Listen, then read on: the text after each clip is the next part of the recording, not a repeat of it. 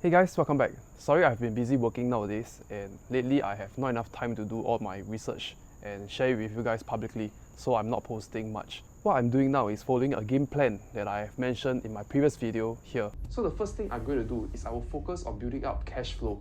I will target a 5-figure cash flow for myself through trading my time working, and I'll do options, most likely through selling call options on my existing Tesla stocks. So I think we are now at this stage where inflation is still high, you can still charge higher for your product and services, and there is still demand.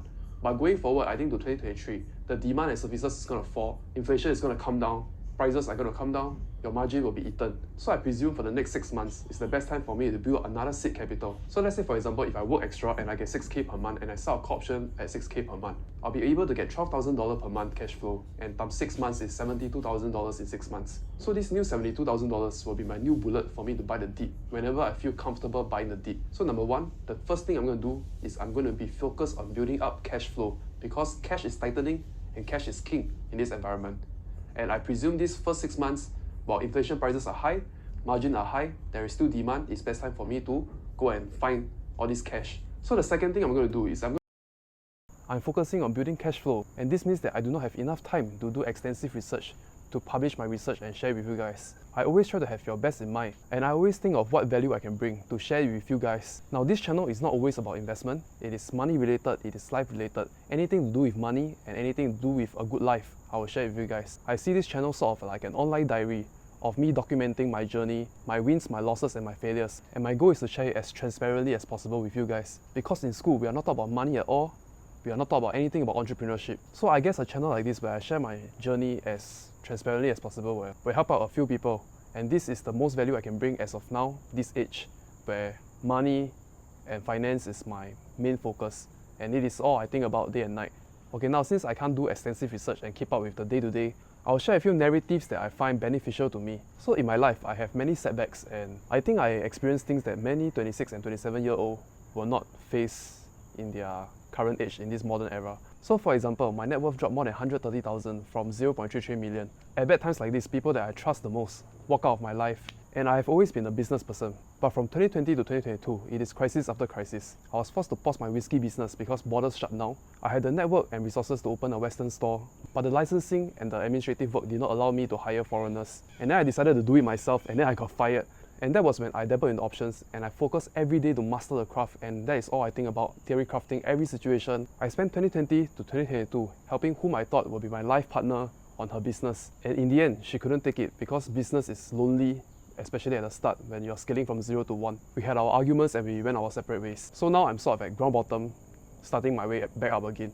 And I usually don't like to share my personal life, but because I think this is beneficial for people, I only share it because I think it has value to you guys. And a few months back, if you recall, I actually went to Thailand to focus on building up my course, and I went to look at Airbnb to see if I can do Airbnb arbitrage. But suddenly there's war going on, cost of energy, commodity, and everything else is rising.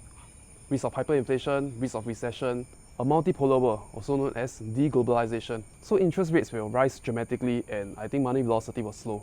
So I have to change my approach to whatever I'm doing. Instead of still spending time to grow YouTube, which YouTube will still take a while, I focus on building cash flow, and hence I'm not posting that much. And because if interest rates rise quickly, property prices will fall, I don't have to rush to sign 6 months or 1 year lease on properties which I want to do Airbnb. So I have to faster pivot and change my strategy. So for me, because I'm a dropout and I have a strong will and strong mind of my own, I decided not to work for anyone else and not take this stable salary and just try to venture on my own.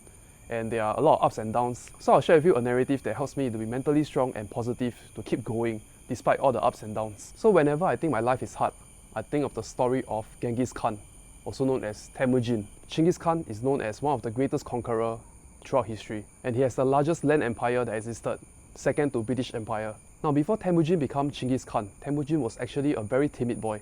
Not long after, Olun gave birth to her first child, a son. The boy was named Temujin, after a respected warrior that Yasuge had recently killed in battle. But Temujin did not appear to live up to his namesake. He was a very timid child, easily frightened, scared of dogs, often bullied by his older half-brothers. His father... But his life is so tough that it forces him to be Genghis Khan.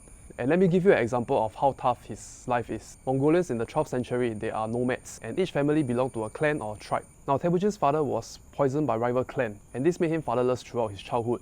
And because there's no strongman in his family, his clan actually abandoned them. They were forced to survive on their own. He had an arranged marriage at 16, but his wife was adopted by rival clans, and they raped his wife for over a year before he could save her. He was also being captured by rivals and being sold as a slave. He managed to save his wife and wanted to live a happy life, and then his homeland got destroyed again. So there are a lot of these instances or events that caused Temujin to restart his life over and over again. And I strongly believe, because of all these hardships that he went through, for example, trying to survive alone in the winter, etc., he would not have become Genghis Khan. So to me, it's not I'm trying to become Genghis Khan or what, but knowing what he went through, my problems are relatively small, and I start to see hardships and failures as good lessons that will teach me, for me to grow and push through my local maximum. So for you guys, it's the same thing. If you can survive through every failure that comes your way, you will eventually become stronger and stronger. And that is the narrative I want to share with you guys today. It's my 2 cents on adversaries and hardships. So don't view everything in a negative light. What seems bad may be a blessing in disguise. So that is it for today. If you like what I shared, do give it a thumbs up. Subscribe to my channel if you haven't. Thank you, and I'll see you next week.